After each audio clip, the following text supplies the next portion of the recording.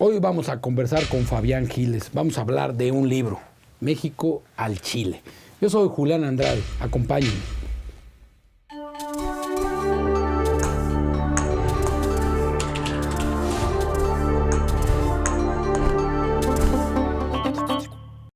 Fabián, hay una suerte de, diría yo, humor involuntario de la clase política mexicana que no distingue colores.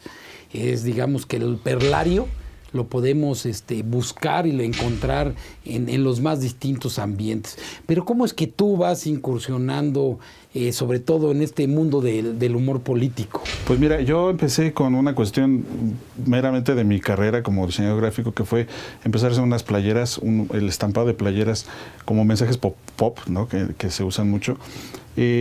Vaticinando un poco lo que iba a ser la campaña de 2006, ¿no? Toda esta cuestión. ¿Como cuál playera, por ejemplo? Por ejemplo, hice toda una mezcla como de monstruos del cine con los candidatos o precandidatos que en ese entonces estaban, ¿no? Estaba Madrazo como Drácula, Santiago Krill como Hombre Lobo, Andrés Manuel como una especie de monstruo, el Pokémon, o no sé cómo se llama la serie esta japonesa. Entonces era un poco jugar con esa cuestión del humor a través de los elementos gráficos o la iconografía que tenemos de muchas cuestiones visuales en los medios, en las caricaturas, en las series.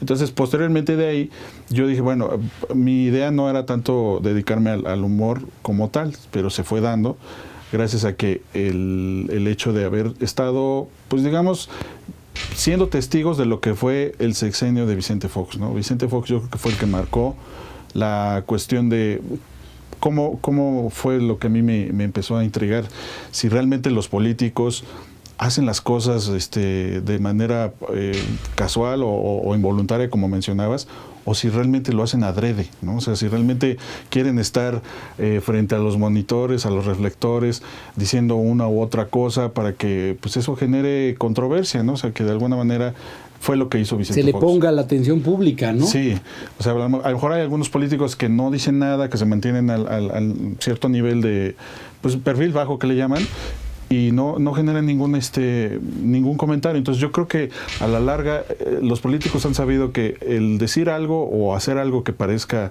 que es como involuntario o como un error, les genera todavía mayor atención, ¿no? O sea, el hecho de que Vicente Fox haya sido el primer presidente que quitó toda esta cuestión de la solemnidad y que los presidentes anteriores eran totalmente pues solemnes y cuestiones de hablar siempre con sus asesores y cuidar su imagen. Pero creo que Fox fue el primero que dijo, no, hágame a un lado todo eso, yo quiero ser como soy, como he venido siendo siempre. Y pues él se le ocurrió, ¿no? Yo creo que es algo que yo creo que sí tenía claro, ¿no? Bueno, se decía, ¿no? Se decía a nivel de discusión pública que mucha parte del personaje Fox sí estaba meditado. Claro. Inclusive su forma de comunicar y las correcciones que tenía que hacer su propio vocero, ¿no? Sí, ojo, les quiso decir, pero funcionaba porque llegaba el mensaje y llegaba después con una explicación. Sí, yo creo que tenía algún sentido, quizás. Eso sí, se vio mucho ya a mediados del sexenio, ¿no? Yo creo que al principio sus frases y toda esta cuestión de que era el presidente bonachón, dicharachero, que estaba como a nivel de cancha, como diríamos, o sea, hablando con la gente, normal, como que se quiso saltar esa barrera, ¿no? De que aquello que comentabas de las ñañaras, ¿no? Sí, o sea, esa cuestión de saltarse las barreras y estar a nivel, fue, por ejemplo, esta frase que le dijo a un niño cuando en los primeros días de su sexenio, que le preguntó, señor, ¿qué se siente ser presidente? Y él le contestó, mira, la verdad, se sienten ñañaras. Creo de ahí pues fue una retahíla de frases que se fueron formando durante todos estos 6 años donde estuvo él, que le dieron, pues sí, o sea, a mucha gente le caía bien, ¿no? O sea, yo creo que le resultó. O sea, no fue tan odiado como hablaremos en el caso concreto ya de Felipe Calderón, ¿no? Felipe Calderón ha sido como más serio, más gris, no sé, en ese aspecto, como que al final ya se quiso como desenvolver un poquito más, pero casi todo el sexenio quiso marcar, desde la cuestión de marcar línea de que yo soy otro presidente. Fox venía de estar con Marta y que Marta era como la que estaba detrás la de vicepresidenta, exacto, ¿no? la que tenía en muchas alguna medida. Sí, que jalaba mucho la atención con sus subastas y que su fundación Fundación Vamos México y todo. Yo creo que él puso ahí límite y dijo, no, mi esposa está allá y yo estoy aquí y yo soy el que voy a hablar. Y claro, y le tocó al presidente Calderón también un tema muy complicado, ¿no? Fox finalmente no estuvo metido en una batalla contra el crimen organizado, y para Felipe Calderón, inclusive para el presidente, entonces presidente Calderón, su propio carácter no le ayudaba a esta comunicación cercana como sí tenía Fox, ¿no? Sí, no, e incluso Fox pues también dejó en claro que él llegó a la presidencia, quiso estar ahí, pero después ya no quería estar ahí. O sea, incluso él manejaba el final, que decía, bueno, yo hice lo que quise y dejé a la gente encargada en el changarro y ellos hicieron lo que pudieron. Entonces, él se dedicó a lo que él sabía, viajar, ¿no? O sea, viajar, él inauguró toda esta cuestión del turismo político a expensas del erario, pues de una manera onerosa, ¿no? O sea, sus viajes a todo. Creo que nada le faltó conocer uno que otro país, pero que yo recuerde fue el presidente. ¿Te acuerdas aquel visita a China?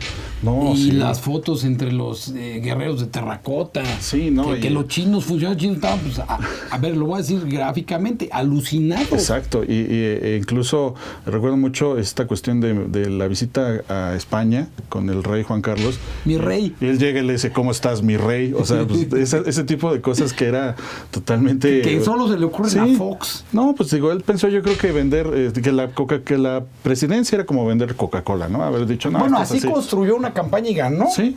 O sea, y eso es lo que te digo, creo que yo, en mi función como pues una especie de anecdotario, que fue lo que hice yo en este libro. En México al Chile. Fue realmente el anecdotario estos 5 años que yo participé colaborando en Milenio, en la sección QRR, que aunque es una sección de humor, pues sí, digo, tiene como sus dotes ahí de poner el dedo en la llaga y de ver algunas cosas. Están en la agenda. Sí, exacto. En la agenda. O sea, no solamente chacotear ni estarse burlando, sino simplemente lo que te decía, a través del humor buscar la reflexión, ¿no? De que este tipo de cosas, ¿por qué suceden? O sea, ¿por qué dejamos que los políticos realmente hagan y deshagan o no quieran hacer lo que les corresponde, ¿no? O sea, vemos casos como ahorita el del gobernador de Jalisco, que se supone que fue el gobernador al que se le dio más apoyo, más infraestructura, bueno, más bien se le dio más apoyo económico, precisamente porque tenía varios proyectos, entre ellos los Panamericanos, 55 millones de dólares, que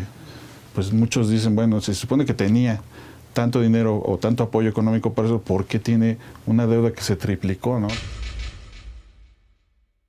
Ese tipo de cosas son las que la gente dice, no es posible. O sea. No es posible. Y dime, Fabián, tú aparte de escritor, aparte de diseñador, de tener este ojo, diríamos clínico para encontrar el humor, que no es fácil. Sí, ¿no? ¿Qué tanto te ha ayudado otra de tus facetas? ¿Qué tanto te ayuda tu faceta, además de constructor de programas de radio, de guionista? ¿Eso qué tanto funciona a la hora de enfrentarte a cosas así? Pues es que precisamente lo que yo venía manejando, esta cuestión del humor gráfico, a la hora de tener la oportunidad de entrar a un proyecto como lo fue El Hueso, en W Radio, pues sí, me dio las bases como para también tener otra noción de cómo hacerle llegar a la gente pues lo que vemos a diario. O sea, prácticamente yo empecé con el proyecto del Hueso a la par de lo de Milenio.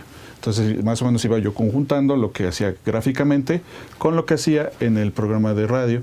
Como tú me mencionas, escribir guiones, hacer todo este análisis de las noticias y plasmarlo en parodias, en imitaciones, en hacer juego de voces con diferentes personajes. Todo esto también me ayudó mucho como para poder tener como otra visión, ¿no? Entonces, prácticamente a la par de que empiezo a planear este libro, es cuando empiezo yo a darme cuenta que también quiero tener como otra salida, no solamente quedarme en lo gráfico y en el radio, sino también empezar por lo audiovisual. Entonces ya ahorita también he empezado como a tener mis pininos en cuestiones de internet.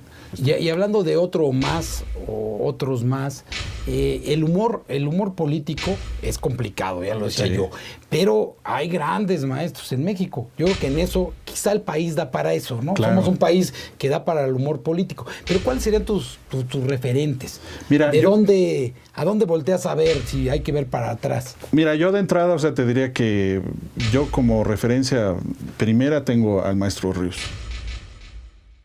obviamente es uno de los principales exponentes del Además que humor. combina mucho las cosas, ¿no? Sí, que él en su tiempo lo que hacía era sacar copias y cortar y pegar y dibujar. Y contar una historia. Y contar su historia. Entonces, por tanto, pues digo, ha tenido gran infinidad de influencia, yo creo, en muchos moneros, sobre todo moneros que están ahorita en boga, ¿no? Todos los de La Jornada, Hernández, Helguera, el Fisgón mismo.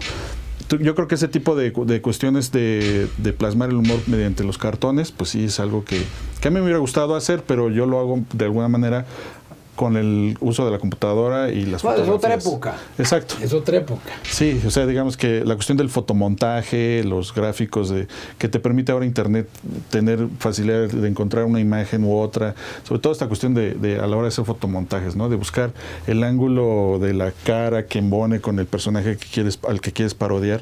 O sea, no puedes ponerlo con la cara chueca porque además ya no puede estar mal porque entonces no generas el mensaje que quieres. Exacto. Y otra de las cosas es que yo he ido viendo que a la par de esto ya hay muchos chavos, mucha gente joven que está entrando a los medios como las redes sociales, prácticamente Twitter y Facebook, con sus propias iniciativas de crear fotomontajes, los llamados memes, de hacer una imagen y ponerle texto arriba y subirla y que se viralice. Eso es algo que yo he visto que está creciendo a pasos así agigantados. O sea, de cuando yo empecé a hacer los primeros fotomontajes, ahora digo, yo creo que yo lo que veo ahora es que tengo que estar al principio del día. Te hablo a las 6 de la mañana, 7 de la mañana, ya tengo que estar yo viendo qué noticias hay. ¿Por dónde viene? Ajá, y ver los timelines del Twitter y de Facebook, y ver cuál fue la nota. Pues te vas viendo, por ejemplo, sin ir tan lejos, en días pasados lo de la cruzada contra el hambre. Entonces, propiamente yo armé un cartel el día en la noche, bueno, tarde-noche, y ya en la mañana ya estaba saturado de imágenes y los mismos moneros y todo.